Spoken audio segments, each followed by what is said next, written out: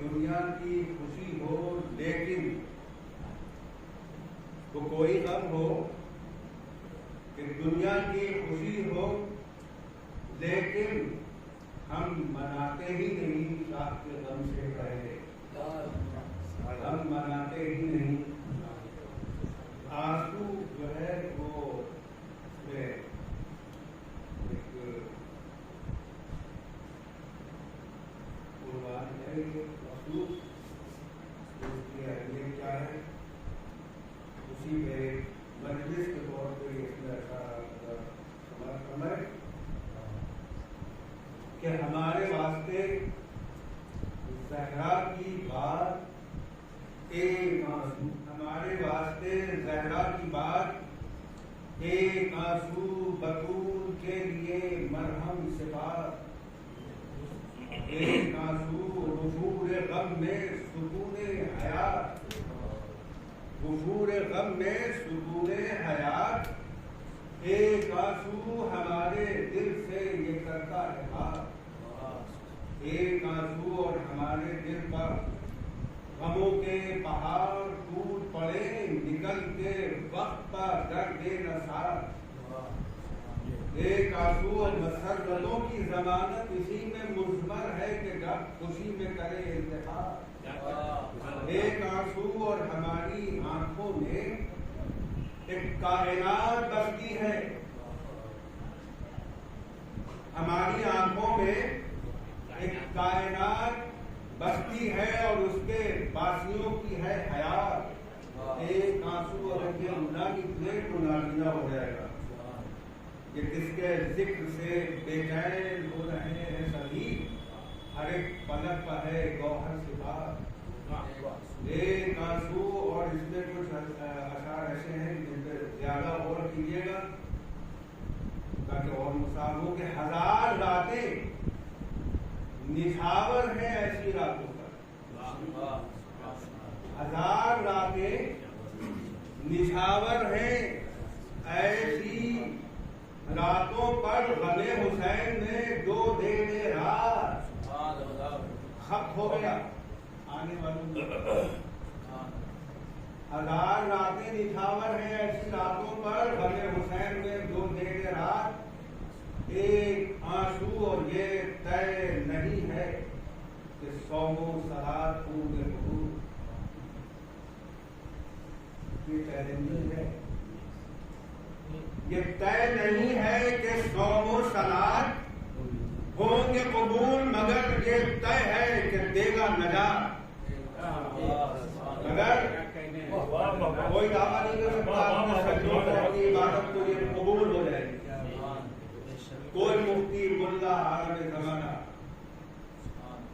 یہ طے نہیں ہے کہ صوم و صلات ہوں گے قبول، مگر یہ طے ہے کہ دے گا نجات، ایک آنسو چھپا رہا ہے وہ فطرت کو اپنے خالق سے، چھپا رہا ہے وہ فطرت کو اپنے خالق سے جو ہنس کے کرتا ہے بے درد کی بات، اور انہی کو فکر ہو جنت کی غم بھی جنت کا، انہی کو فکر ہو جنت کی غم بھی جنت کا، کہ جن کی نظروں میں ہے بے حیا، ایک آنسو اور نہیں بہاتے تو بس شہ پنا بہائیں گے، بہائے مردوں پر ہے باحیا، بہائے کون نہیں ہوتا ہے 2 روپے کے لیے، بہائے مردوں پر ہے باحیا، ایک آنسو اور ہزار آنسو بہائیں گے حشر میں وہ سب کہ جن کے پاس نہیں ہوتا حیا، ایک آنسو اور رسول کا ہے جسے پاس وہ بہاتا ہے جسے ہے کینہ چھپائے وہ ہاتھ، ایک آنسو جسے ہے کینہ چھپائے وہ ہاتھ، ایک آنسو اور ہر ایک صدف میں ذرا نازک شعر ہے حضور بتا رہا ہوں کہ ہر ایک صدف میں پنپتا نہیں ہے آب گوہر، ہر ایک صدف میں پنپتا نہیں ہے آب گوہر، کہاں دلا سکیں سب مہار، کہاں جلا سکی، کہاں کی جنتوں فردوس و سلسبیل و حرم، یہ کربلا کے ہیں جب ساتھ ساتھ ایک آنسو، اور ادائے شام میں آنسو نکالنے والوں تمہارے پاس ہے بحر نجات، ایک آنسو وہ جن کی چشم بصیرت میں اب نمی نہ رہی، نکالے کیسے وہ لاتوں مراد، ایک آنسو اور جو ہور کی طرح ندامت پر یہ نکلتا ہے، جو ہور کی طرح ندامت پر یہ نکلتا ہے تو خوب کرتا ہے حل مشکلات، ایک آنسو اور غم حسین حوادث کی زد سے ہے محفوظ، سمیٹ دیتا ہے کل حادثات، ایک آنسو جو شے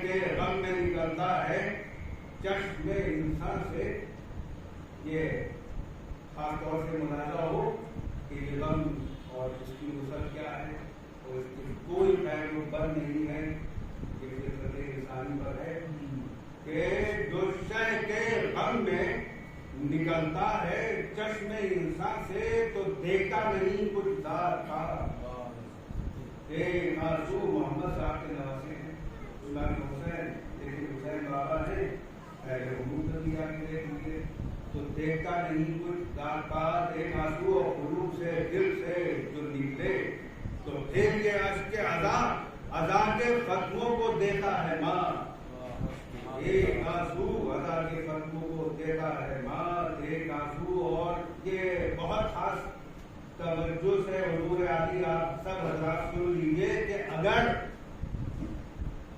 سلیقہ ذکر حسین آ جائے، یہی تو پریشانی ہے کچھ منظر یہاں پر کہ اگر سلیقہ ذکر حسین آ جائے تو یہ ادا کرے کل واجبات جو آپ پہ چارج ہوتا ہے کہ آپ سے یا حسین کرتے ہیں اور آپ سے وہی کرتے ہیں، کہ اگر سلیقہ ذکر حسین آ جائے تو یہ ادا کرے کل واجبات، ایک آنسو، اسی لیے تو شب و روز ہم بہاتے ہیں، یہی تو اصل میں ہے دینیات، ایک آنسو یہی تو اصل میں ہے دینیات، ایک آنسو اور حضور رب میں ہے افضل ہر ایک عبادت سے، حضور رب میں ہے افضل ہر ایک عبادت سے، نہایت عمل صالحہ، ایک آنسو، جن کو اردو میں دعویٰ ہے وہ ضرور سمجھے اس بات کو، نہایت عمل صالحات، ایک آنسو، شغف و دین کو، شغف و دین کا جس کو ادائے شاہ کرے، شغف ہو دین کا جس کو ادائے شاہ کرے، یہی سکھاتا ہے اسلامیات، ایک آنسو یہی سکھاتا ہے اسلامیات، ایک آنسو، اور سمٹ کے آ گیا ہر غم ادا کے دامن میں، سمٹ کے آ گیا ہر غم ادا کے دامن میں، کیے ہے جذب سبھی سانحات، ایک آنسو، کیے ہے جذب سبھی سانحات، ایک آنسو، اور یہ جمع ہو ابھی انقلاب برپا ہو، یہ جمع ہو تو ابھی انقلاب برپا ہو، دکھائے فتح کے یہ معجزات، ایک آنسو، آپ بکھرے پڑے، یہ جمع ہو تو ابھی انقلاب برپا ہو، دکھائے فتح کے یہ معجزات، ایک آنسو، آخری دو سے رہے ہیں، زیادہ پریشان نہ ہوں گے، یہ پلکوں پہ جو ذمہ دار رہا ہے، یہ قطرہ قطرہ ہے نہر فرات، ایک آنسو اور بیاض اشک غم شہد رکھ نگاہ سہیل، یہی ہے محصل نوحیات، ایک آنسو بڑی ہے محصل نوحیات، ایک آنسو، آپ حضرات اس سماع تراشی کو نہیں کہوں گا، اپنے اپنے شغف اور ذوق کے لحاظ سے مساف ضرور ہوئے ہوں گے، اللہ جو ہے مولا اس کو جو ہے قبول کرتا ہے، اور اب اسی کے ساتھ میں مولانا دوسری اتار کے اللهم صل على محمد وآل محمد.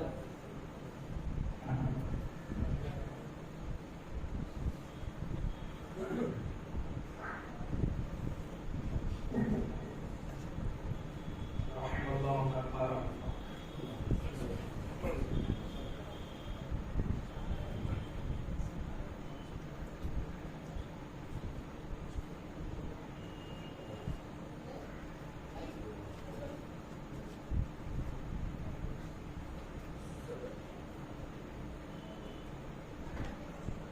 لا حول ولا قوة إلا بالله العلي العظيم.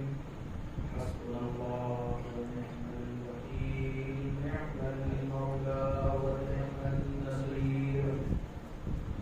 أعوذ بالله من الشيطان اللعين الرجيم. بسم الله الرحمن الرحيم. الحمد لله الذي لا يبلغ بدعته القائلون ولا يحصي نعماءه العادون ولا يؤدي حقه المجتهدون الذي ليس لا يدركه بعد الحمم لا يناله غوث الفتن الذي ليس لصفته حد محدود ولا نعت موجود ولا وقت معدود ولا أجل ممدود. فدى الخلائق بقدرته ونشر الرياح برحمته. الصلاة والسلام والتحية والإكرام على العبد المؤيد والرسول المسدد والنبي الممجد والمصطفى الأمجد والمحمود الأحمد سيدنا ومولانا وحبيب قلوبنا وطبيب نفوسنا وشفيع ذنوبنا الملقب بالحبيب والمكنى بأبي القاسم محمد.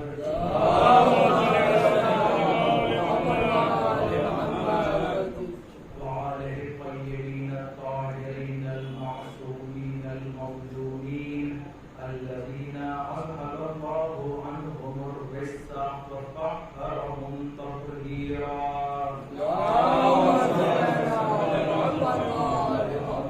واللعنة الدائمة الباقية على أعدائهم وقتلتهم وغاصبي حقوقهم ومنكري فضائلهم والشاكين فيهم والمنحرفين عنهم.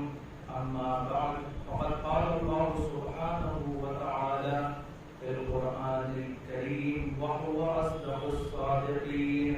بسم الله الرحمن الرحيم. قل لا أسألكم عليه أجرا إلا المودة في القربى. صلوات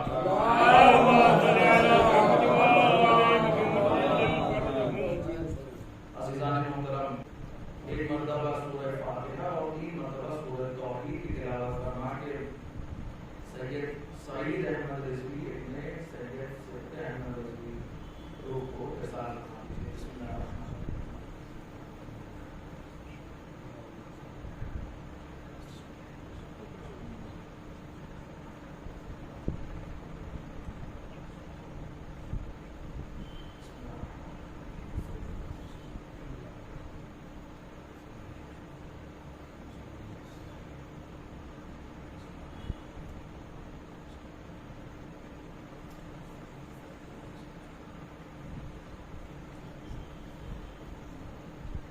بس اللہ دیجیے.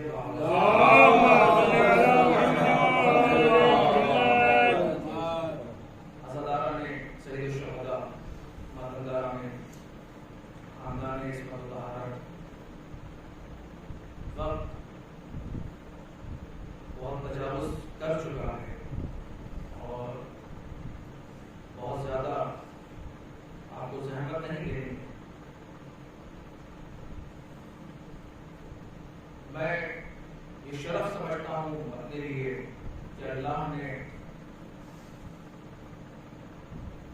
یہ مقام مجھے عطا کیا کہ میں آپ کے درمیان آؤں اور ذکر محمد و آل محمد بیان کروں. یہ خود اپنے آپ میں بہت بڑا شرف ہے. شرف اس لیے کہ یہ ذکر اللہ نے ہر ایک کو عطا نہیں کیا. اس ذکر کے سننے والے، اس ذکر کے کرنے والے عام لوگ نہیں کہلاتے، بلکہ وہ ہوں گے کہ جن کو سیدہ انتخاب کریں. ذکر یہاں آ کے کوئی ہر ایک کی یہ حیثیت نہیں کہ وہ آئے. ذکر جس شکل میں ہو، مرثیے کی شکل میں ہو، سوز کی شکل میں ہو، سلام کی شکل میں ہو، پیشانی ہو، ذاکری ہو، جب تک سیدہ انتخاب نہیں کرتی کوئی آ نہیں سکتا.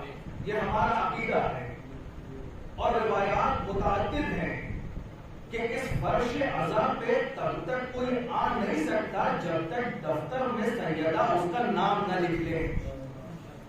ہر ایک کو نصیب نہیں کہ وہ آ کے اس فرش عزا پہ بیٹھے.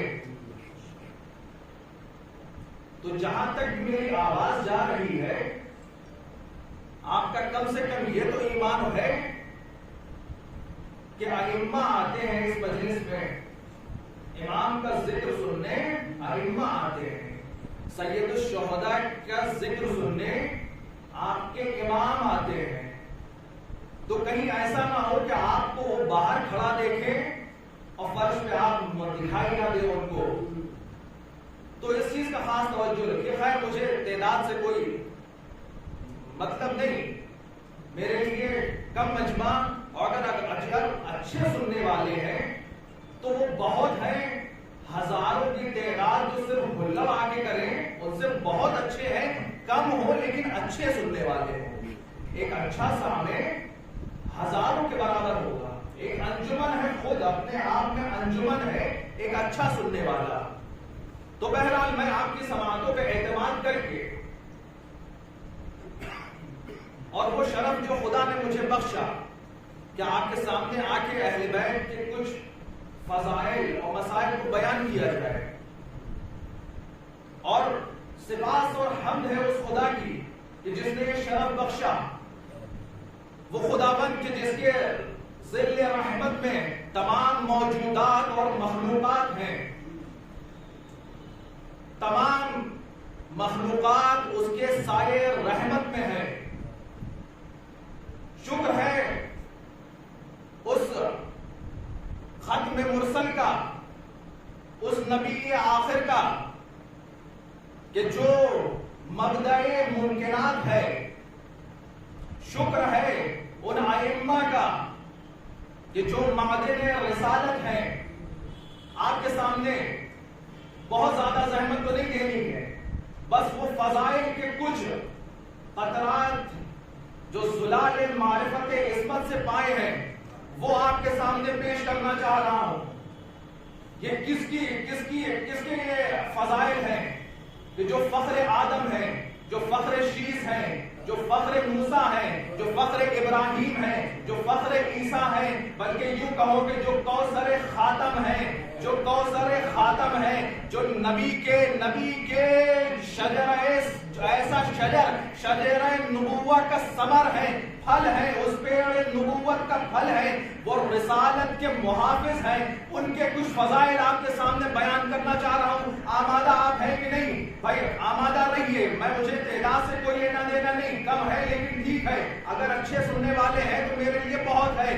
فضائل ان کے بیان کرنا چاہ رہا ہوں کہ جو کوثر رحمت ہے، جو کوثر خاتم ہے، نبی کے جو دل ہے، جو ان کا ٹکڑا ہے، ان کے فضائل. یہ فضائل ہر ایک کو نصیب نہیں. بھائی دنیا میں آپ نے جانتے ہیں لغوی معنی آپ اٹھا کے دیکھیں، کسی بھی نشست کو کہیں بھی کوئی آ کے بیٹھ جائے چند لوگ، اس کو مجلس کہا جاتا ہے. لغت میں اسے مجلس کہتے ہیں. کہیں پر بھی آ کے لوگ جمع ہو جائے، بیٹھ جائے، جلسہ مجلس اسے کہتے ہیں. لیکن ہر نہیں آتا، بلکہ ایک معنی حقیقی ہوتا ہے.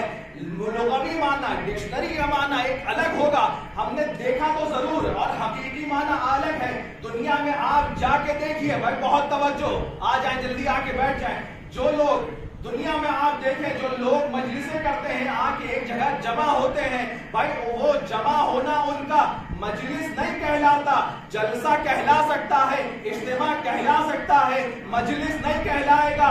وجہ یہ ہے کہ آپ کہیں جا کے دیکھیں، لوگ جمع ہو کے بیٹھتے ہیں، لیکن اپنے بیٹھنے کو وہ مجلس نہیں کہتے. مجلس نہیں کہتے، لغوی معنی میں تو مجلس ہے، کہیں پر بھی لوگ آ کے بیٹھے اسے مجلس کہا جائے گا. لیکن حقیقی معنی یہ نہیں ہوگا. حقیقی معنی کوئی بشر نہیں دے سکتا کسی بھی لفظ کو. بہت توجہ، کسی بھی لفظ کو حقیقی معنی بشر نہیں دے گا. لغوی معنی بشر تو دے دے، انسان دے دیں گے، ڈکشنری انسان بنائے گا، ڈکشنری میں جو میننگ لکھے ہیں وہ تو انسان بنا کے بتائے گا، لیکن حقیقی معنی بشر نہیں دے گا.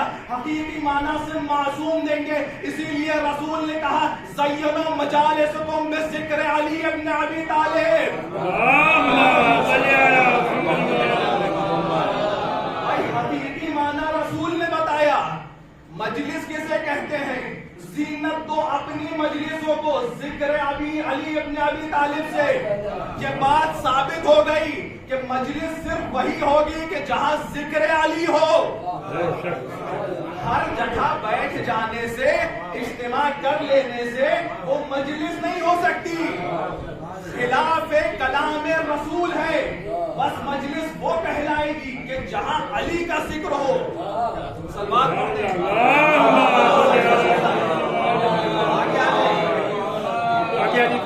دروازے سے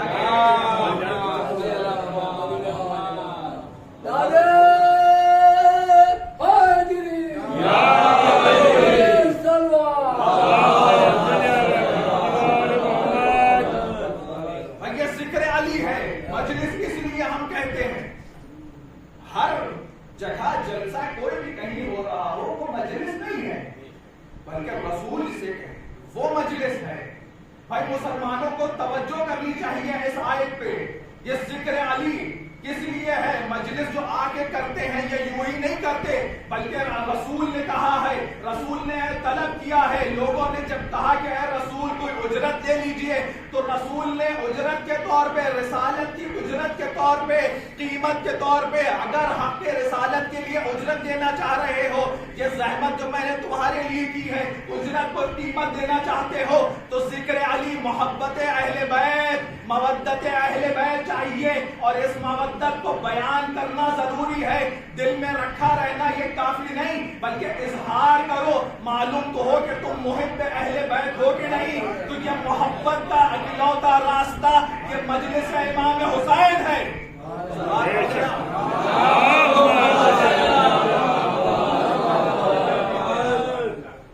بھائی یہ رسول نے کہا مودت کرو. مسلمانوں کو اس پہ سوچنا چاہیے، غور و فکر کرنا چاہیے اس آیت پہ. قُلْ لَا أَسْأَلُكُمْ عَلَيْهِ أَجْرًا إِلَّا الْمَوَدَّةَ فِي الْقُرْبَى. بھائی یہ مودت اہل بیت کی مانگی ہے، رسالت کی. بھائی اسلام کے لیے، رسالت کے لیے رسول نے یہ نہیں کہا کہ نمازیں پڑھو. نمازیں اجر رسالت نہیں ہے. یہ روزے رکھنا اجر رسالت نہیں ہے. یہ حج کرنا اجر رسالت نہیں ہے. یہ زکات و خمس دینا اجر رسالت نہیں ہے. بھائی اجر رسالت عبادات کو نہیں بنایا، عبادات کو نہیں بنایا، بلکہ محبت اہل بیت، مودت اہل بیت کو اجر بنایا ہے، قیمت بنائی ہے. نماز رسالت کی قیمت نہیں ہے، خرید نہیں سکتی اس زحمت کو. یہ روزے اور حج و زکات، یہ جو کچھ عبادات ہیں، یہ رسالت، یہ اجر نہیں ہے، خرید نہیں سکتی، اس کی قیمت نہیں ہے. بلکہ رسول نے یہ کہا، اللہ نے کہلوایا رسول سے کہ مودت ہے، قیمت رسالت کی یہ عظمت ہے. یہ جتنی عبادتیں ہیں اے مسلمان، یہ نہ سمجھنا کہ تیرے لیے نماز روزے یہ افضل ہے. نہیں، یہ سب کچھ پیچھے ہے. محبت اہل بیت ان سب سے افضل ہے.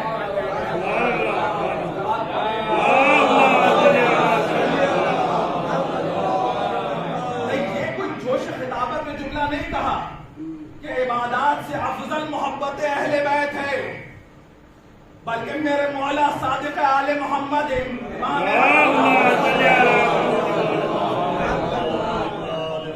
امام نے فرمایا کہ افضل کل عبادہ حبنا اہل البیت، جتنی بھی عبادات ہیں ان سب سے افضل ہم اہل بیت کی محبت ہے۔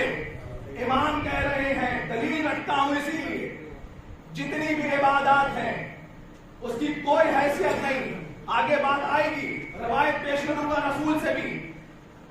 بھائی دنیا میں آپ کہیں جائیں، یہ رسالت کی اجرت اجر مانگ رہے ہیں، لوگ کہہ رہے ہیں کہ ہم قیمت ادا کرنا چاہتے ہیں اے رسول، تو اللہ نے کہا کہ اگر رسالت کی قیمت دینی ہے، اجرت دینی ہے، تو مودت ہے اہل بیت کی۔ یہ رسالت کس کی رسالت ہے؟ یہ خاتم ہے، آخری نبی ہے۔ بھائی آدم ہو، چاہے شیس ہو، چاہے نوح ہو، چاہے ابراہیم ہو، اسماعیل ہو، موسیٰ ہو، عیسیٰ ہو، سب کی رسالت اور نبوت اس رسول آخر، اس خاتم پہ ٹکی ہوئی ہے۔ توجہ نہیں کی آپ نے؟ بھائی آدم سے لے کر 1,23,999 جتنے بھی انبیاء آئے، ان سب کی محنتیں اس آخری نبی پہ ٹکی ہوئی ہیں۔ بھائی اگر یہ نبی نہ ہو، اس کی رسالت نہ ہو، تو آدم کی رسالت کچھ نہیں، آدم کی نبوت کچھ نہیں، موسیٰ کی نبوت رسالت کچھ نہیں، ابراہیم کی محنتیں کچھ نہیں، عیسیٰ کی مشقتیں کچھ نہیں، یہ سب ٹکی ہوئی ہے رسول پہ۔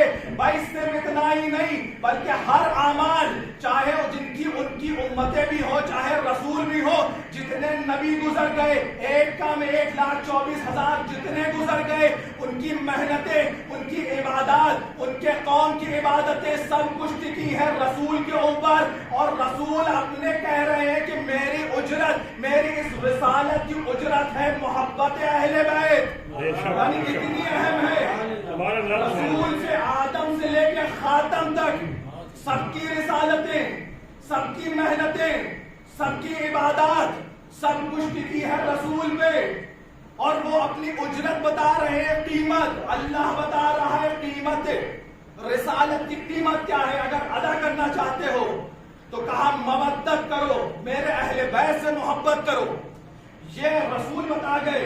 اور مودت کیا ہے، اس کی شان نزول آپ جان لیجئے کہ یہ آیت آئی کہاں پہ۔ اس کو میں اختلاف ہے، کچھ کہتے ہیں کہ یہ آیت، یہ سورہ شورا یہ مکی ہے، اور کچھ کا کہنا ہے کہ نہیں مدنی بھی ہے۔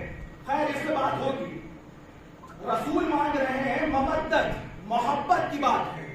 دنیا میں آپ جا کے دیکھیں، نفسیات کی بات ہے، ہر انسان محبت کو چاہتا ہے، محبت کرتا ہے، اس کو پسند کرتا ہے محبت کو۔ اسی کے مقابل میں ہے نفرت۔ نفرت کوئی نہیں چاہتا، کوئی بھی انسان ہو وہ چاہے گا محبت کی جائے۔ ہر انسان کوئی بھی ہو وہ ہمیشہ یہ چاہتا ہے کہ مجھ سے لوگ محبت کریں، نفرت نہیں چاہتا کوئی بھی۔ محبت کی بات ہو رہی ہے۔ دنیا میں کوئی ہو، باپ اپنے بیٹے سے محبت کرتا ہے، ماں اپنے بچوں سے محبت کرتی ہے، ہر ایک محبت چاہتا ہے، نفرت نہیں چاہتا۔ ہر جگہ پر اب رسول کی رسالت کی اجرت، یہ معاملہ ہو رہا ہے کہ رسول کی رسالت کی اجرت مودت ہے، محبت ہے۔ لوگ کہتے ہیں بھائی یہ تو بہت ہی گھسا پٹا پرانا سا موضوع ہے، بار بار وہی دہرایا جاتا ہے۔ یہ پرانا نہیں ہو سکتا، کچھ موضوع ایسے ہیں کہ جو کبھی پرانے نہیں ہوتے۔ بھائی آپ دکان میں جا کے سامان خریدیں، اس کی قیمت ادا کریں، تو کیا یہ موضوع پرانا ہو گیا؟ کیا یہ کام پرانا ہو گیا؟ نہیں، یہ مسلسل چلا جا رہا ہے۔ جب تک قیامت رہے گی، لین دین معاملات رہیں گے، یہ معاملات ہو رہے ہیں، اور ہر ایک کو حق ہے جب بھی کسی کہیں جائے اور کوئی معاملہ کرے، کوئی چیز خریدنا چاہے تو اس کا حق ہے کہ وہ خریدے یا نہ خریدے۔ جو بیچ رہا ہے اس کا حق ہے، جو قیمت رکھنا چاہے وہ قیمت رکھے، جو نہ چاہے وہ نہ رکھے۔ آپ ایک سامان خریدنے جائیے، دکاندار اس کی 100 روپے قیمت رکھ دے، آپ کا حق ہے، آپ کو اختیار ہے۔ اگر آپ کیپیسٹی میں ہیں، پرچیزنگ پاور ہے آپ کے پاس، تو آپ خرید لیجئے گا، نہیں ہے تو نہیں خریدیں گے۔ اختیار ہے انسان کو، اور وہ جو بیچ رہا ہے اس کو بھی اختیار ہے کہ وہ چاہے جو قیمت رکھ دے، بھائی جو دل چاہے وہ قیمت رکھے، جس کا دل چاہے وہ خریدے، جس کا دل نہ چاہے وہ نہ خریدے، جس کے پاس ہو قیمت وہ دے دے، جس کے پاس نہ ہو وہ نہ دے، یہ ہے۔ اور رسول کیا کہہ رہے ہیں؟ رسالت کی اجر جو زحمتیں کی ہے رسول نے، اس کی قیمت رکھ رہے ہیں محبت اہل بیت کو۔ بھائی بات یہ ہے کہ اگر آپ دکان پہ جائیں اور کوئی سامان خرید لیں تو اس کی اجرت دینی ہوگی، یعنی جو بھی طے کر دے انسان، جو بھی معاملہ جس سے کر رہے ہیں اس نے جو قیمت طے کر دی آپ کو وہ پے کرنی ہے، ادا کرنی ہے۔ بھائی میں دکان پہ گیا، میں نے قبا و ابا کے لیے کپڑا لے لیا، آیا سلوا لیا، پہننا شروع کر دیا، میں جیسے پڑھ رہے ہیں۔ اب دکان پہ گئے، کہیے کہ بھائی قیمت، اس نے کہا مثال کے طور پہ 1000 روپے، میں کہیں وہ نہیں 1000 روپے تو نہیں دوں گا۔ تو اب یہ قانون اور شرعاً یہ غلط ہے۔ جب آپ نے کوئی سامان خرید لیا، لے لیا اور اس کو استعمال کر لیا تو قانونی طور پہ، شرعی طور پہ آپ کو دینا پڑے گی اس کی اجرت۔ میں توجہ چاہ رہا ہوں، آپ کو دینی ہوگی۔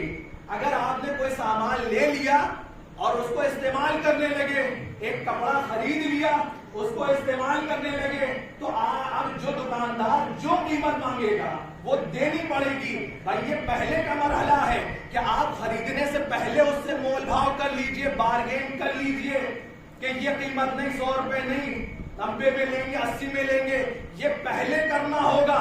اب جس نے سامان لے لیا اور استعمال کر لیا، اب دکاندار جو قیمت کہے گا وہ دینا پڑے گا۔ تو اب مسلمانوں بہت ہوشیار، یہ بات تو بہت پہلے کی تھی، اگر تم نے کلمہ پڑھ لیا تو اس سے پہلے طے کرتے کہ مودت اہل بیت نہیں چاہیے۔ جب کلمہ پڑھ لیا، اسلام لے آئے، رسول پہ ایمان لے آئے، تو اب قیمت رسالت بھی ادا کرنی ہوگی، قیمت رسالت بھی ادا کرنی ہوگی۔ آگے آ جائیں،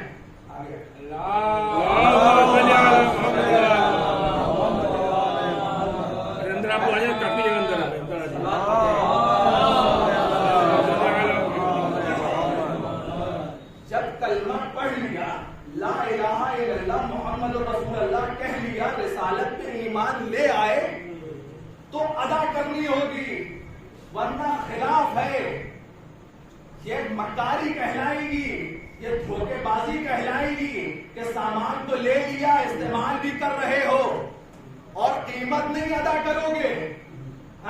قیمت دیکھیں، محبت بھی کیا چیز اللہ نے رکھی۔ دنیا میں آپ جائیں، ہر چیز کی قیمت ملے گی، کوئی چیز مہنگی ہے، کوئی چیز سستی ہے، ہر چیز کی قیمت ہے، اور ہر چیز کو اللہ نے رکھا، چاہے علم ہو، دولت ہو، ہر چیز رکھی ہے، کم زیادہ رکھی۔ علم آپ جا کے دیکھیں، کسی کے پاس جس نے بھائی حاصل کر لیا، جو پڑھ لکھ گیا، علم زیادہ آ گیا، اس کے پاس مراحل ہیں اس کے، کوئی بہت پڑھ لکھ گیا پروفیسر بن جائے گا، جو آگے تک نہیں پہنچ پایا وہ لیکچرر کرائے گا، جو نہیں پہنچ پایا کسی اسکول میں پڑھانا ہوگا۔ یعنی مراحل ہیں، مرتبے ہیں علم کے بھی، جو جتنا علم حاصل کرے گا، جتنا پڑھے گا، اتنا آگے بڑھے گا۔ اسی طرح سے دوسرے چیزیں ہیں، اللہ نے دو ہی چیز رکھی ہیں، ایک علم ہے، دنیا میں ایک فن کہلاتا ہے، ایک فن ہے۔ آپ علمی اعتبار سے آپ جتنا پڑھیں گے، نالج گین کریں گے، عالم کہلائیں گے، اتنے بڑے کسی بھی فیلڈ میں ہو، ضروری نہیں علم دین، کوئی بھی دین، کوئی بھی علم ہو، جتنا پڑھیں گے اس کی معراج تک پہنچتے جائیں گے، جتنا زیادہ پڑھیں گے۔ اسی طرح سے فن ہے، فن میں کوئی علم درکار نہیں ہے۔ بھائی ایک میکینک ہے، اس نے کچھ نہیں پڑھا میکینزم کے بارے میں، میکینکس آتی نہیں اسے، لیکن بناتا بہت عمدہ ہے کار، میکینک بہت اچھا ہے، کچھ نہیں جانتا، انگوٹھا چھاپ ہے، کچھ نہیں آتا ہی نہیں کچھ، لیکن فن ہے، سیکھ گئے۔ بھائی راکٹ کوئی بنا رہا ہے، ہو سکتا ہے کہ اس نے کچھ بھی نہ پڑھے، لیکن اتنا فن ماہر ہو گیا اپنے کام میں کہ سب پرزے جوڑ دے، بنا دے راکٹ، یہ فن کہلاتا ہے۔ اور یہ کم زیادہ ہے، کہیں پہ علم زیادہ ہوگا، کہیں پہ کم ہوگا، کہیں فن زیادہ ہوگا، کہیں کم ہوگا۔ ہر ایک کے اللہ نے برابر نہیں ہے، ہر جگہ پہ ہر انسانوں میں کہیں علم زیادہ ہے، کہیں کم ہے، کہیں فن زیادہ ہے، کہیں کم ہے، لیکن محبت کو اللہ نے نہ علم میں رکھا ہے نہ ہی فن میں رکھا ہے۔ میں توجہ چاہ رہا ہوں، محبت ایک ایسی شے ہے کہ کوئی اگر تلاش کرنا چاہے کتابوں میں تو محبت نہیں ملے گی اسے کتابوں میں۔ کوئی چاہے کہ لوگ فن کے ذریعے سے ماہر ہو جائیں محبت میں، نہیں ہو سکتا۔ اللہ نے نہ فن میں رکھا ہے محبت کو، نہ علم میں رکھا ہے۔ کتابیں آپ کھنگال ڈالیے گا لیکن محبت نہیں آ سکتی، چاہے جتنے تجربے کر ڈالیے لیکن محبت نہیں آ سکتی۔ محبت اللہ نے ایک ایسی شے بنائی ہے اور اللہ نے محبت کو ہر ایک کے دل میں رکھا ہے اور برابر رکھا ہے۔ بھائی ہر باپ اپنی اولاد سے محبت کرتا ہے، کوئی یہ نہیں کہہ سکتا کہ بڑا ہوتا جائے گا بچہ تو اس سے محبت بڑھتی جائے گی، نہیں۔ اللہ نے ماں باپ کے دل میں اولاد کی محبت رکھی ہے، وہ اپنی اولاد سے محبت کرتا ہے۔ بھائی آپ نے دنیا میں دیکھے ہوں گے، ہمارے پاس بھی لوگ آتے رہتے ہیں پوچھنے کے لیے کہ مولانا یہ بتا دیجیے قرآن میں ہے کہ نہیں، اور قرآن میں ہوگا تبھی مانیں گے، حدیث حدیث تو ہم مانتے نہیں، قرآن سے بتائیے اور کوئی بالکل سیدھی سیدھی بات بتائیے گا، آیت یہ گھما دیجیے گا کہ یہ اس کی تعبیر یہ ہے، آیت ایسے کہہ رہی ویسے کہہ رہی، یہ صاف صاف بتائیے۔ ہم نے 50 مسئلوں کے لیے تو دیکھا کہ لوگ آتے ہیں پوچھتے ہیں، لیکن آج تک کوئی ایسا باپ نہیں دیکھا کہ وہ آئے کہیں کہ بھائی میرے یہاں ولادت ہونے والی ہے، بچہ پیدا ہونے والا ہو، ذرا سے آیت دکھا دیجئے کہ محبت کیسے کی جائے اپنی اولاد سے، نہیں دیکھا۔ یعنی یہ کتاب میں نہیں ملے گی محبت، اور یہ ہر بات کو اپنے آپ آٹومیٹک ہوتی ہے۔ یہ نہیں کہ ایسا تو نے نہیں دیکھا کہ بھائی اگر کسی باپ کے کوئی اولاد اس کا پوتا پیدا ہونے والا ہو تو وہ جا کے اپنے بیٹے کو بتائے کہ دیکھو کہ تمہارے یہاں ولادت ہونے والی ہے، اپنے بچے سے ایسے محبت کرنا۔ نہیں، کوئی باپ اپنے بیٹے کو اس کی اولاد سے محبت کرنا نہیں سکھاتا۔ ہم نے یہ نہیں دیکھا کہ کوئی ماں اپنی بیٹی کے پاس جائے کہے کہ دیکھو اب تمہارے یہاں ولادت ہونے والی ہے تو مامتا ایسے کرنا، محبت ایسے کرنا۔ مامتا یہ محبت سکھاتا نہیں کوئی، یہ اپنے آپ آتی ہے۔ اللہ نے سب کے اندر یہ محبت رکھی ہے۔ اب سمجھ میں آیا کہ اللہ نے کوئی ایسی چیز اجرت رسالت کا اجر ایسی چیز کو نہیں بنایا کہ جو کم زیادہ ہو۔ یہ پیسوں کو نہیں بنایا کہ کوئی ثروت مند ہے تو کوئی غریب ہے، اس کو نہیں بنایا۔ اللہ نے علم کو اجر رسالت نہیں بنایا، اللہ نے کسی اور چیز کو اجر رسالت نہیں بنایا ہے، بلکہ محبت کو بنایا ہے، محبت کو اجر رسالت بنایا ہے۔ محبت کو اس لیے اجر رسالت کہ اللہ نے ہر انسان کے اندر یہ برابر سے تقسیم کی ہے۔ جو چیز برابر سے تقسیم کی اس کو مانگا ہے قیمت مانگی ہے رسالت کی۔ صلوات پڑھیں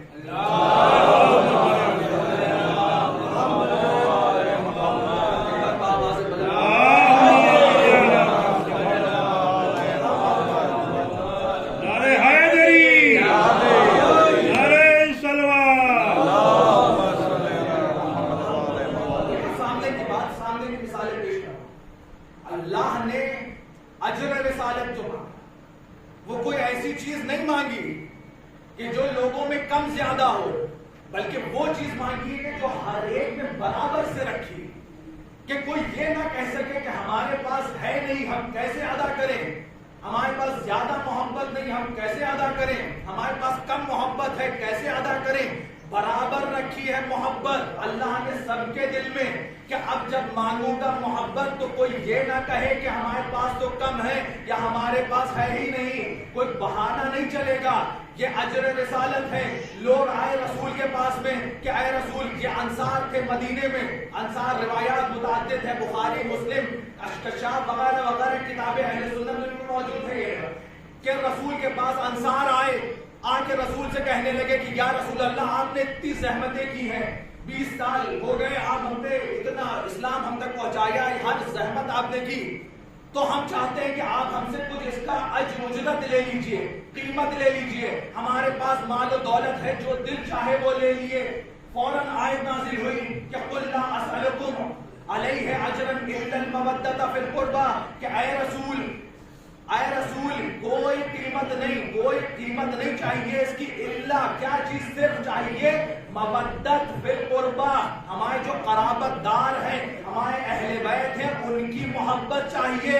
رسول نے یہ کہا کہ تمہارے مال و زر یہ اس کی کوئی حیثیت نہیں میرے نزدیک، اگر تمہیں ادا کرنی ہے رسالت کی اجرت تو محبت کو ادا کرو۔ ہو سکتا ہے کسی کے پاس زیادہ ہو، اگر اگر رسول اجرت رکھ دیتے, کوئی قیمت رکھ دیتے تو کوئی آتا غریب آتا کہتا کہ اے رسول میرے پاس تو ہے نہیں, اگر کسی کے پاس زیادہ ہوتا تو وہ کم دے کر کے کہتا میرے پاس ابھی بھی یہ بچی ہوئی ہے قیمت. رسول نے مودت کو رکھا, اس لیے مودت کو رکھا کہ جو سب کے پاس برابر ہو.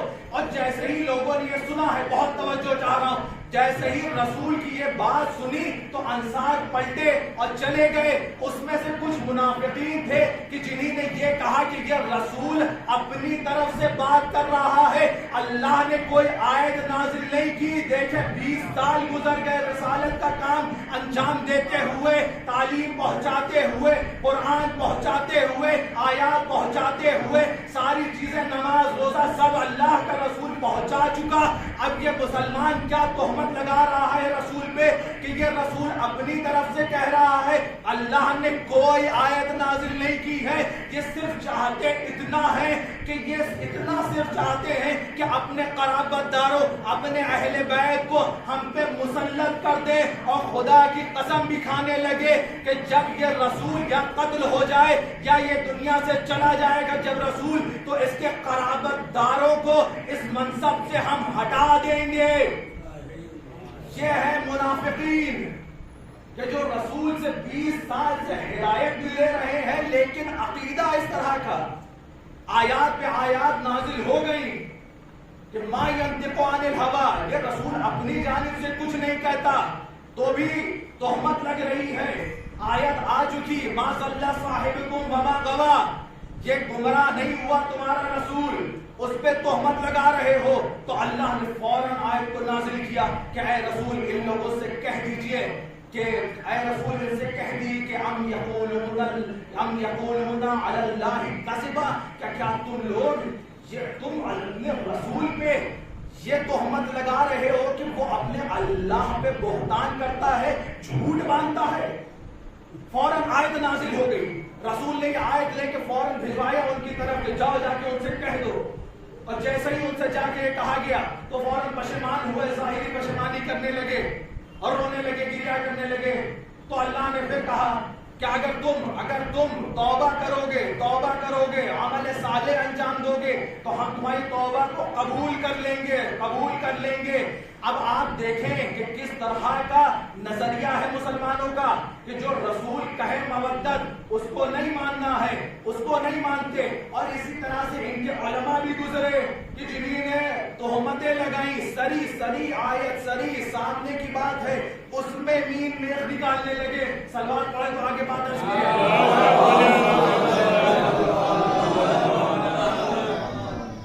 رسول سے اللہ ان کے ذریعے کہلا رہا ہے قُلْنَا أَسْأَلُكُمْ أَجْرًا عَلَيْهِ أَجْرًا إِلَّا الْمَوَدَّةَ فِي الْقُرْبَى.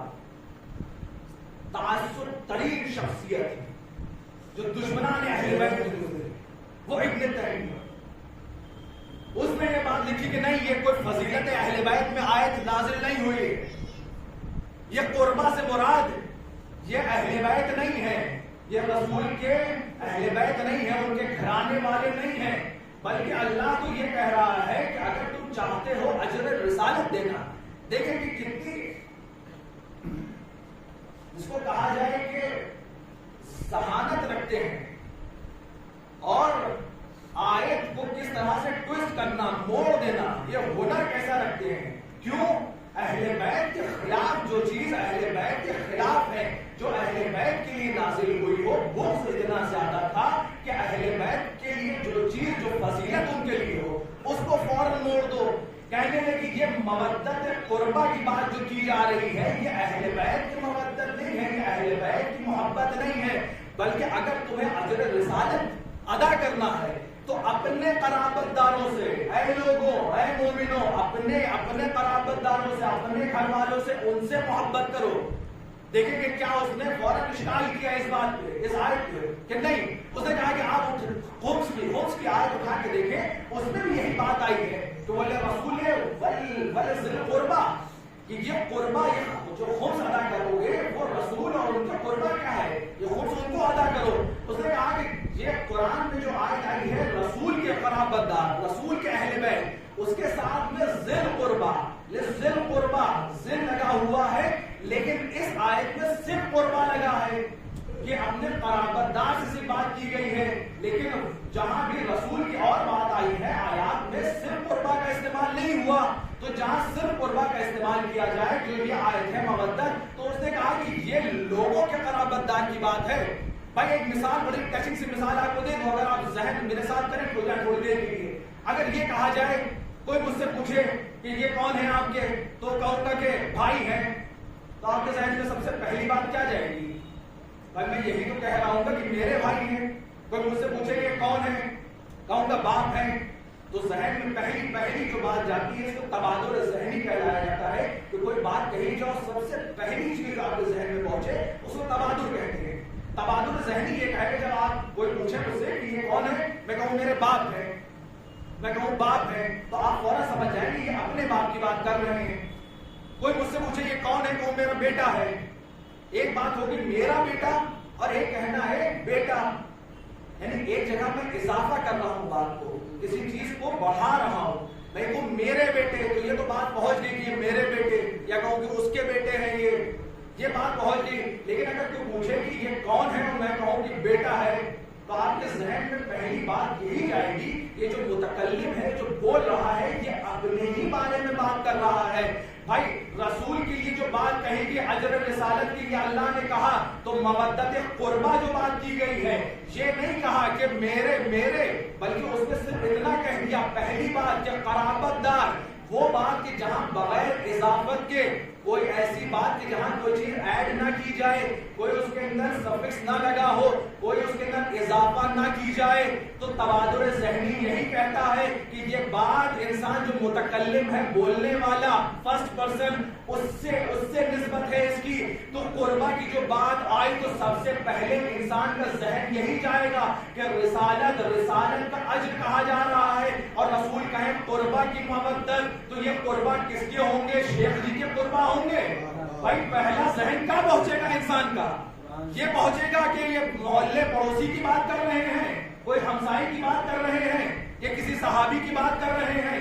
بھائی وہ کہہ رہے ہیں کہ قربا کی مودت، پوچھا گیا کہ قرآن کی آیت، قرآن ہی کہہ رہے ہیں کہ قُلْ لَا أَسْأَلُكُمْ عَلَيْهِ أَجْرًا، اجر کی بات کر رہا ہے، رسالت کے اجر کی بات ہو رہی ہے، تو کیا ہم صحابی کا اجر دینے لگیں گے، اس کے قرابت دار ہو جائیں گے، یا کسی اور کی بات ہوگی؟ نہیں، بلکہ رسول جو چیز بغیر اضافت کے ہو، میرے گھر والے نہیں کہا، میرے قرابت دار رسول نے نہیں کہا، بلکہ صرف کہا کہ قرابت دار۔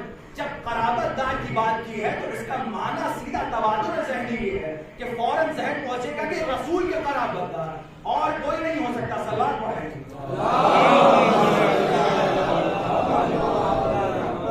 تھوڑا سا بس علمی ذہن کو آج کے چند لمحوں کے لیے علمی سوزش دوں گا، بہت زیادہ چیزیں نہیں کرنی ہے بات۔ تو تبادل ذہنی جب یہ کہا جائے کہ قرابت دار، تو اس کا سیدھا معنی پہنچے گا کہ رسول اپنے قرابت دار سے کہے، اپنے لیے کہہ رہے ہیں، کوئی اور نہیں آئے گا۔ اچھا لفظ ایک ہوتا ہے صغرا، آپ نے سنا ہوگا صغرا، اور ایک اصغر ہے، ایک اکبر ہے، کبرا ہے، ٹھیک اسی طرح سے قربا ہے۔ قربا یہ مؤنث ہے، اصغر کہیں گے کس کے لیے؟ مذکر کے لیے، ٹھیک، اکبر کہیں گے مذکر کے لیے، کوئی میل ہوگا اسے کہیں گے اکبر، کوئی میل ہوگا اسے کہیں گے اصغر۔ اکبر کے اپوزٹ کوئی مؤنث ہے تو اسے کہیں گے صغرا، بہت توجہ تھا۔ کوئی اکبر کے اپوزٹ کوئی مؤنث ہوا تو اسے کہیں گے کبرا۔ اصغر کے کوئی اپوزٹ مؤنث کو کہیں گے صغرا۔ اسی طرح سے اقرب یہ ہوگا مذکر، اس کا مؤنث کہلائے گا قربا۔ قربا نزدیک، جو نزدیک ہو اور فیمیل ہو یعنی مؤنث ہو اسے کہتے ہیں قربا۔ ایک کی بات ہے، ایک کی بات ہے، بہت توجہ، شاید کوئی علمی بات ہو، ایک کی بات ہے۔ بھائی کہا یہ جا رہا ہے مودت قربا، ایک کوئی قرب بہت نزدیک کوئی ہے اور مؤنث ہے، کوئی مؤنث ہے قریب ہے اس کی محبت اس کی مودت کی بات کی جا رہی ہے. اب ذرا دیکھو مسلمانوں کہ رسول کے اطراف میں مؤنث کون کون ہے, فیمیل کون کون ہے. بھائی اگر یہ کہو گے کہ رسول کی پھوپھیاں ہیں, توجہ چاہتا ہوں چند لحظے کے لیے مجھے بھی دیکھ لیجیے کہ اگر آپ یہ کہیں کہ رسول کے اطراف میں جو فیمیل ہے, جو مؤنث, جو خاتون, جو جتنی بھی موجود ہیں وہ کون ہے, اگر ان کی پھوپھیوں کی بات کرو گے تو ایک پھوپھی نہیں ہے بلکہ کئی پھوپھیاں ہیں. ان کے پھوپھیوں کی بیٹیوں کی بات کرو گے تو ایک بیٹی نہیں ہوگی بلکہ کئی ہیں, یعنی پلیورل میں ہے, سنگولر نہیں ہے. قربہ سنگولر ہے, قربہ ایک کو کہتے ہیں, ایک کو کہتے ہیں. رسول کے اگر ازواج کی بات کرو گے تو وہ صرف ایک نہیں ہے, زوجہ موجود نہیں ہے, 20 سال کے بعد زوجہ نہیں ہے بلکہ ازواج ہے, بہت ساری بیویاں ہیں. بھائی رسول کے اطراف میں جو بھی مؤنث جو بھی عورتیں موجود ہیں, یا ان کی پھوپھیاں موجود ہیں, یا ان کی پھوپھیوں کی بیٹیاں موجود ہیں, یا ازواج موجود ہیں, کوئی بھی سنگولر میں نہیں آئے گا, سب پلیورل ہیں, جمع میں ہیں, سب کی تعداد زیادہ ہے. اب تنہا مسلمانوں اپنے یہاں کھگال کے دیکھو کہ اگر رسول کے اطراف میں کوئی ایک مؤنث, کوئی ایک عورت صرف تنہا نظر آتی ہے تو وہ ان کی بیٹی ہے. اللہ بھی یہی کہہ رہا ہے کہ اگر مودت کسی اور کی نہیں مانگی, کسی کو اس میں شامل نہ کر دینا, رسول کی پھوپھیوں کو اس میں شامل نہ کرنا, رسول کے ازواج کو اس میں شامل نہ کرنا. شامل اگر ہوگی تو وہ فتویٰ قرآن, اللہ نے صرف فاطمہ کو اس میں شامل کیا ہے.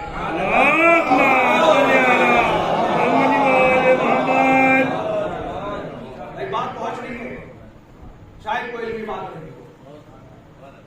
داد دیا آپ نے, آپ کو شکریہ, بیوی آپ کو جزا دے. قربہ کی بات ہے, قربہ ایک مؤنث کوئی نہیں ہے رسول کے اطراف میں, تنہا کوئی نہیں ہے سوائے ان کی بیٹی کے. صرف ان کی بیٹی موجود ہے, ان کی مودت کی بات ہے. اور جب رسول کے پاس لوگ پہنچے ہیں کہ اے رسول یہ قربہ, یہ مودت, یہ قربہ جو آپ کہہ رہے ہیں, اصحاب رسول ہے موجود تھے. جیسے ہی رسول نے یہ آیت بیان کی, ویسی پڑھی ہے, فوراً انہوں نے پوچھا کہ اے رسول یہ مودت قربہ, یہ قربہ ہے کون؟ تو رسول نے فوراً کہا کہ یہ علی ہے, فاطمہ ہے اور ان کے دونوں بچے ہیں. رسول نے مشخص کر دی بات کہ اس میں اور کوئی نہ آ جائے, یہ مودت قربہ صرف ان کے لیے ہے, اور کوئی اس میں شامل نہیں ہے. رسول نے بتا دیا, تا قیامت بتا دیا کہ اگر اجر رسالت دینا ہے تو ان سے محبت کرو, بس یہی ہے. اور محبت عجیب شے ہے, محبت دنیا کی ہر چیز محبت پہ قائم ہے. آپ ایک عمل بھی کیجئے, سامنے کی مثال پیش کر رہا ہوں, آپ کوئی عمل کریں اس کے اندر محبت تو شامل حال رہتے ہی ہے. آپ جا رہے ہیں, جا کے کار خریدیے تو آپ کے دل میں رہتی تو ہے ایک شے کے لیے, اس چیز کے لیے محبت, تبھی تو لینے جا رہے ہیں. آپ اپنے بیٹے سے محبت کریں, محبت اس کو چاہ رہے ہیں, اس کے نام اپنی پراپرٹی کر رہے ہیں, تو محبت ہے نا آپ کی بیٹے سے, تو کر رہے ہیں اس کو. آپ کوئی مکان خریدنے جا رہے ہیں تو ایک چاہ تو دل کے اندر ہے, محبت تو موجود ہے دل کے اندر, دل تو چاہ رہا ہے کہ ہم مکان خرید لیں. تو ہر شے کے لیے محبت ہے, ہر بغیر کوئی کام, کوئی عمل محبت کے بغیر ہو نہیں سکتا.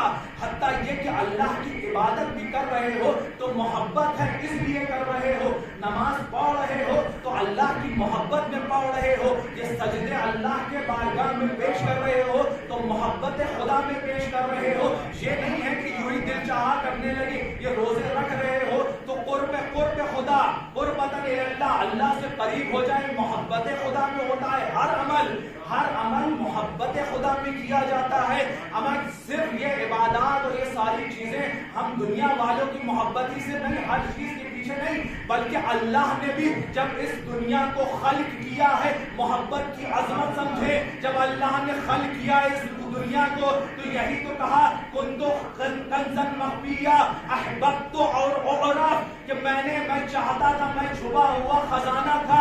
احببت, مجھے محبت ہوئی, مجھے دل چاہا, میں نے یہ چاہا کہ میں پہچانا جاؤں. تو فخلقت, میں نے اس خلق کیا, اس دنیا کو بنایا, یعنی اس دنیا کی بنا بھی محبت پہ ہے. دنیا کی ہر چیز محبت پہ ہے. اللہ نے اس دنیا کو بھی بنایا تو محبت پہ بنایا ہے. یہ کتنی اہم شے ہے. حتیٰ یہ کہ صرف دنیا کو نہیں, اپنے رسول کو بھی حبیب کہا ہے. بھائی اس سے بھی محبت شامل کر لی اس کے اندر. ہر چیز بنائی ہے اور محبت کی بنا پہ بنایا ہے ہر چیز کو. اللہ کا رسول ہو اسے حبیب کہا ہے. اس کے چاہنے والوں کی محبت مانگی ہے. حتیٰ یہ کہ اگر کوئی یہ کہے کہ اے رسول آپ کو اللہ نے بنایا تو, اور اجر چاہتا ہے. ایک اشکال اور سن لیجئے. ایک شبہہ دیا گیا, لوگوں نے, دشمنوں نے بات کہی کہ یہ شیعہ کہتے ہیں کہ اجر رسالت, رسول اجر رسالت مانگ رہے ہیں, محبت قربا. بھائی اجر رسول کا کوئی کیا ادا کرے؟ اجر اگر کوئی دے گا تو اللہ دے گا رسول کو اجر. ہم کیا ہوتے ہیں, ہماری کیا حیثیت کہ جو اجر دیں, رسول کو اجر دیں؟ اللہ دے گا اجر. جیسے اور نبیوں نے, کسی نبی نے آدم سے لے کر کے عیسیٰ تک کے کسی نبی نے اپنے امت سے, اپنی امتوں سے اجر نہیں مانگا ہے, بلکہ یہ کہا ہے کہ میں جو تمہارے سامنے یہ جو جتنی بھی چیزیں زحمتیں کر رہا ہوں, جو کچھ بھی پہنچا رہا ہوں, اس کا اجر مجھے اللہ دے گا. اب بات آتی ہے کہ رسول اجر مانگے اور ہم ہماری محبت, اہل بیت کی محبت مانگے. بھائی اللہ کو دینا چاہیے اجر, اس کا بھیجا ہوا رسول ہے. جب پچھلوں نے اجر نہیں مانگا لوگوں سے تو رسول کیسے مانگ لے؟ یہ تو سب سے بڑا نبی ہے, اولو العزم ہے, یہ کیسے اجر مانگ لے کسی اور سے؟ بھائی بات یہ ہے کہ اجر مانگ رہا ہے, اللہ تو دے گا. اللہ نے اجر جو ان کو دینا ہے وہ دے گا. کوئی یہ نہ سوچے کہ اجر دینے کے لیے دنیا دے دے, اللہ ان کو یہ چیزیں دے دے. نہیں, عطا کرے گا, عطا کرے گا. اور اجر کوئی ایسا ویسا نہیں, یہ تو تم سے مانگا ہے کہ تمہاری عبادات, یہ تمہارا تقاضا تھا, تم چاہتے تھے کہ کچھ اللہ کے رسول کی بارگاہ میں پیش کرو تو تم سے کہہ دیا گیا. بھائی عطا کرنے کی بات ہے. کوئی یہ نہ سوچے کہ یہ دنیا, یہ ساری چیزیں اللہ رسول کو عطا کرے گا تو ان کا اجر ہے. اما اجر اس چیز کو دیا جاتا ہے جو قیمت بڑی ہو. اگر زحمت رسول کو دیکھنا ہو تو یہ پوری کی پوری دنیا ہی رسول کے صدقے میں بنی ہے. حیثیت کیا؟ بھائی کوئی چیز بھی ہو, سب سے پہلی مخلوق اللہ کی تو خود رسول ہے. جو کچھ بھی ان کے بعد بنا ہے, ان کے طفیلی ان کے صدقے میں بنا ہے, ان کے صدقے میں ہر چیز بنی ہے. یہ دنیا ہو, یہ آسمان ہو, یہ زمین ہو, یہ ستارے ہو, یہ قندیل شمس و قمر ہو, یہ جو کچھ, یہ بہتی ہوئی نہریں ہو, یہ دریا ہو, جو کچھ اللہ نے بنایا ہے ان کے صدقے میں بنایا ہے. اب یہ دے کر کے ان کو کیا اللہ راضی کر لے؟ اگر یہ دنیا بھی ان کو دے دے, ہمیں بنائی تو انہی کے صدقے میں ہے, جب ان کے صدقے میں بنائی ہے تو ان کو دے کر کے کیا اجر دے گا؟ بلکہ اللہ ایسی چیز کو دے گا کہ جو ان سب سے زیادہ افضل ہوگی, جو ان کے صدقے میں نہ بنی ہو, جو چیز ان خلق تو ہوئی ہو لیکن رسول کے صدقے میں خلق نہ ہوئی ہو, بلکہ رسول کے ساتھ میں خلق ہوئی ہو. اسی لیے اللہ نے کہا انا اعطیناک الکوثر, اب میں عطا کروں گا, یہ دنیا کی کوئی حیثیت نہیں. اے رسول اب میں آپ کو عطا کروں گا کوثر کہ آپ راضی ہو جائیں گے, اور یہ ہر چیز سے افضل ہے. کوثر کون ہے؟ یہ دنیا ایک طرف, ہر چیز جو کچھ رسول کے بعد خلق ہوئی وہ ایک طرف, بہت توجہ, ہر چیز جو کچھ بعد میں خلق ہوئی ہے رسول کی وہ ایک پلے میں. یہ کوثر جو اللہ نے عطا کیا وہ ہے فاطمہ, وہ, اور یہ ہے اصل میں عطا جو کیا ہے اللہ نے فاطمہ عطا کی ہے. کوئی یہ کہے کہ کوثر, یہ تو حوض کوثر ہے. اب حوض کوثر بھی تو انہی کے صدقے میں بنا, جو انہی کے صدقے میں بنا ہو تو کیا پھر عطا کر دیا جائے؟ کیا آپ لے لیجئے, کیا آپ راضی ہو جائیے؟ نہیں, یہ فاطمہ اور یہ ان کے فاطمہ, ان کے شوہر, ان کے بچے, اسی کی محبت اللہ نے. یہ ہے محبت. کوئی کہہ نہ سکے اب اگر مسلمان رہنا ہے تو ان سے محبت کرو, ورنہ خارج ہو جاؤ گے. سمجھ جاؤ مسلمانوں, اگر ان سے بغض کیا تو اسلام سے خارج ہو جاؤ گے, کفر کرو گے. محبت کی عجیب چیز ہے. دنیا میں مراحل بھی ہے محبت کے.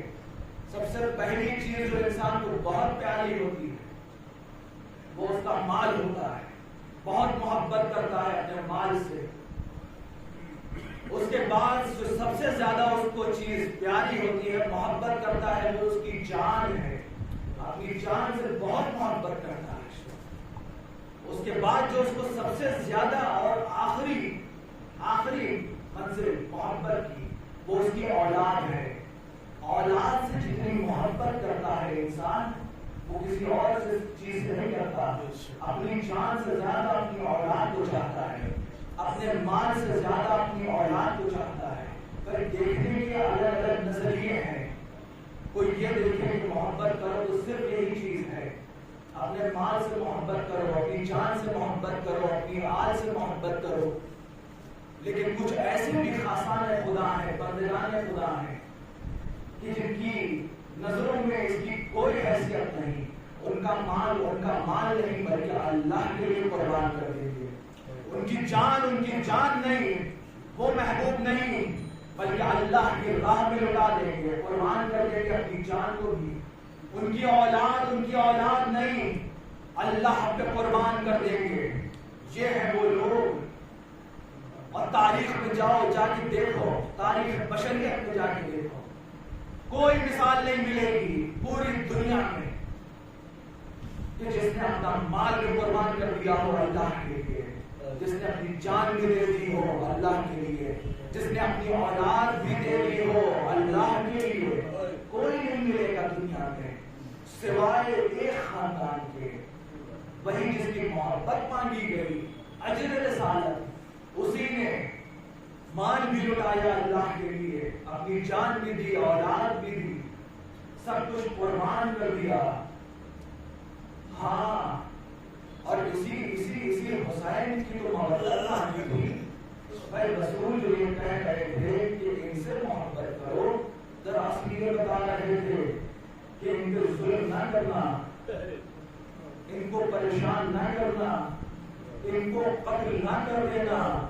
ہاں زداروں، لیکن یہ کیسے مسلمان تھے؟ میں نے آپ کے سامنے روایت پیش کیا کہ یہی وہ منافقین تھے جنہوں نے کہا کہ جب رسول چلے جائے اس کے بعد ہم بتائیں گے کہ یہ جن کی محبت کو اجر رسالت بتا رہے ہیں، انہی کو ہم ختم کر دیں گے، انہی سے بدلہ لیں گے. ہاں یہی کیا گیا. صرف تنہا اس بات پہ نہیں مار دیا، بھائی جنگ تو ہوتی ہے، زمانے میں ہوتی آئی ہے جنگ، بھائی لوٹے آئے ہیں لوگ، آئے فوج کی فوج ایک دوسرے سے لڑی. لیکن افسوس اس بات کا ہے کہ تم نے مار دیا ٹھیک ہے، لیکن ان عورتوں کو اسیر کیوں کیا؟ ان بچوں کو اسیر کیوں کیا؟ کیا اجر رسالت یہ تھا چلو دوست تھا تم نے مار دیا، مردوں کو مار دیا؟ بھائی لڑتے ہیں، فوج میں جنگ ہوتی ہے، فوج میں جو لوگ ہوں گے میدان میں آئیں گے، مرد ایک دوسرے سے لڑیں گے، مر جائیں گے، شہید ہو جائیں گے. اس بات کا اتنا افسوس نہیں ہے، بلکہ شکوہ اس بات کا ہے کہ ان عورتوں کو ان کو کیوں اسیر کیا؟ ان بچیوں کو، یہ خاندان طہارت، خاندان عصمت و طہارت کی عورتوں کو، ان ناموس خاندان عصمت و طہارت کو ان کو اسیر کیا، ان کو بازاروں میں پھرایا، ان کو درباروں میں لے کے گئے. اللہ اکبر، یہ کیسا اجر رسالت تھا؟ بھائی آپ نے سنا ہوگا کہ ایک لفظ ہوتا ہے پرسیدن، فارسی زبان میں ایک لفظ ہے پرسیدن، اسے کہتے ہیں کہ پرسہ دینے کو، یعنی پوچھنا. کسی کے پاس جاؤ، آپ دیکھتے ہو زمانہ دستور زمانہ بھی یہی ہے کہ کسی کا کوئی مر جائے تو لوگ اس کے یہاں جاتے ہیں پرسہ دینے کے لیے. یہ پرسہ ہوتا ہے، جا کے پوچھ لو کہ مرحوم کیسے ہوا، کیا بات ہو گئی، کیسے مر گئے، کیوں انتقال کر گئے، یعنی پوچھنے، اس کو کہتے ہیں پرسہ. ہائے ہائے وہ سکینہ جس کے پاس پرسے کے لیے جب لوگ آئے ہیں تو کوئی یہ نہیں پوچھتا تھا کہ تمہارے بابا کو کیا ہوا، بلکہ اجر رسالت اور پرسے میں تماچے دیے گئے. اللہ اکبر. ہائے وہ سکینہ جس کو اجر رسالت میں حق تو یہ تھا کہ اس بچی کے اثر پہ آ کے کوئی ہاتھ پھیرتا، کوئی آ کے دلاسا دیتا، کوئی پوچھتا، لیکن وہ سکینہ اس کو اجر رسالت میں کیا ملا؟ تماچے ملے شمر کے. یہ وہ بچی ہے حسین کی کہ جو اپنے بابا کو یاد کرتی رہی. روایات میں اس طرح سے ہے کہ بیوی جب اپنے بابا کو یاد کرتی تھی، عزاداروں رو کہ تمہارا حق ہے اس بچی میں رونے کا. ہاں میں مسائل اس بچی کے بیان کر رہا ہوں کہ یقین ہے مجھے کہ جس کا پرزہ لینے کے لیے حسین آئے ہوں گے. ہاں اگر کسی کو رونا نہ آئے تو کم سے کم اپنا سر جھکا لینا، کہیں ایسا نہ ہو کہ حسین کی نظر تمہارے چہرے پہ پڑے اور تمہاری آنکھوں میں آنسو بھی نہ ہو. حسین اپنی بچی کا پرزہ لینے آئے ہیں. ہاں یہ بچی جب اپنے بابا کو یاد کرتی تھی تو رونے لگتی تھی، اور جیسے ہی روتی تھی تو شمرا کے تماچے مارتا تھا، کہتا تھا چپ ہو جا، اور جیسے ہی چپ ہوتی تھی تو شمرا کے پھر مارتا تھا کہ اے سکینہ چپ کیوں ہو گئی، پھر سے رو. پریشان کر دیا تھا بچی کو. بچی جب بھی شمر کو دیکھتی تھی سہم جاتی تھی، آنسو خشک ہو جاتے تھے. یہ بچی ایک رات ایسی بھی آئی کہ اپنے بابا کو یاد کر کے رونے لگی. ہاں یزید کی نیند میں خلل ہوا، اس نے سر حسین کو بھجوایا کہ یہ بھجوا دو، شاید اپنے باپ کے کٹے ہوئے سر کو دیکھ کے یہ خوف ہو جائے، ڈر جائے اور رونا بند کر دے. بیوی نے جیسے ہی اپنے بابا کے سر کو آغوش میں لیا رونے لگی، اور روتے روتے خاموش ہو گئی. اپنے گال کو بابا کے گال میں رکھ دیا اور کچھ دیر کے بعد خاموش ہو گئی. آج جیسے ہی آئی ہے زینب، اے سکینہ کیا سو گئی؟ اب جو دیکھا تو سکینہ اس دنیا میں نہ تھی بلکہ اپنے بابا سے جا ملی. ہاں سید سجاد نے قبر بنائی ہے. اے عزادارو، آپ نے ابھی ایمان کا تعلم کیا. یہ بچی اس کو بہت شوق تھا مدینے جانے کا. ہاں جب بیوی کی شہادت ہو گئی تو ایک انقلاب برپا ہو گیا شام میں. ہاں 3 دن میں ایسا انقلاب برپا ہوا کہ سندھ نے بلایا سید سجاد کو. کہا کہ سجاد جاؤ، ہم نے تمہیں آزاد کیا، ہم تمہیں جانے کی اجازت دیتے ہیں. سجاد آئے ہیں، آج 3 دن کی مہلت لی ہے شمر سے کہ ہمیں ایک کمرہ خالی کر کے دے دے. ہاں عزادارو، میں کچھ دیر مسائل پڑھوں گا، رو لو. ہاں رو لو، نہ جانے کب نصیب ہو رونا، نہ جانے کب ہم زندہ رہے، نہ جانے کب بیٹھے اس ورشِ عزا پہ آ کے. سید سجاد نے اجازت لی، 3 دن کے لیے کمرہ خالی کرایا گیا. جب کمرہ خالی ہو گیا بیویاں آئی ہیں. بیوی زینب نے کہا کہ میں چاہتی ہوں اپنے بھائی کو رو لوں. 1 سال گزر گیا، ہم اپنے بھائی پہ رو بھی نہ سکے. ہاں تبرکات کا آنا شروع ہوا. سید سجاد نے کہا اے شمر وہ جو سر تو نے لیے تھے وہ دے دے. ہاں سر آنے شروع ہوئے. جیسے ہی سر آتے تھے، جیسے ہی قاسم کا سر آیا، بیویوں نے کہا بات قاسمہ، ہاں کوئی نوحہ نہیں پڑھا گیا، کوئی بات نہیں ہوئی، کوئی مصائب نہیں بیان ہوئے، بلکہ یہ صرف نام لیے جاتے تھے اور یہی مصائب ہو جاتے تھے. اسی پہ بیویاں روتی تھی. قاسم کا سر آتا ہے، سب کہتی ہیں واہ قاسمہ، اور شور برپا ہو جاتا ہے. عباس کا سر آتا ہے، کہتی ہے واہ عباسہ، سب رونے لگتی ہیں بیویاں. اکبر کا سر آتا ہے، سب کہتی ہے واہ اکبرہ، رونے لگتی ہے. ہاں حسین کا سر آیا، سب رونے لگے، واہ حسینہ کی صدائیں بلند ہو گئی. ہاں اس کے بعد ایک چادر آئی بیویوں کی. یہ چادر تطہیر تھی. زینب نے پڑھ کے کہا کہ میری ماں کی چادر مجھے دے دو. ہاں کچھ دیر کے بعد میں ننھی بالیاں آئی ہیں.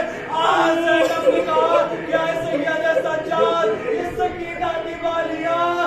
سید سجاد نے وہ بالیاں اٹھائی اور قبر سکینہ پہ رکھ دیا. اب جب جانے لگے ہیں، یہ قافلہ جب جانے لگا تو سب نے دیکھا کہ رباب نظر نہیں آتی. زینب نے کہا اے سید سجاد دیکھو تمہاری اماں رباب نظر نہیں آ رہی. سجاد سمجھ گئے، وہ آگے بڑھے، کہنے لگی زینب کہاں جا رہے ہو؟ سجاد کہا کیا بھوکی اماں زندان کی طرف جا رہا ہوں. اے میری اماں زندان میں ایک قبر کے پاس بیٹھی ہے. جو قبر کے پاس پہنچے تو رباب قبر کو سینے سے لگائے، کہتی تھی اے سکینہ تمہیں تو بہت شوق تھا مدینے جانے کا. اے بیٹی اٹھو، چلو مدینہ چلو اپنے باپ کی قبر پہ چلو چلتے ہیں، گریہ کرتے ہیں، پرسا دیتے ہیں.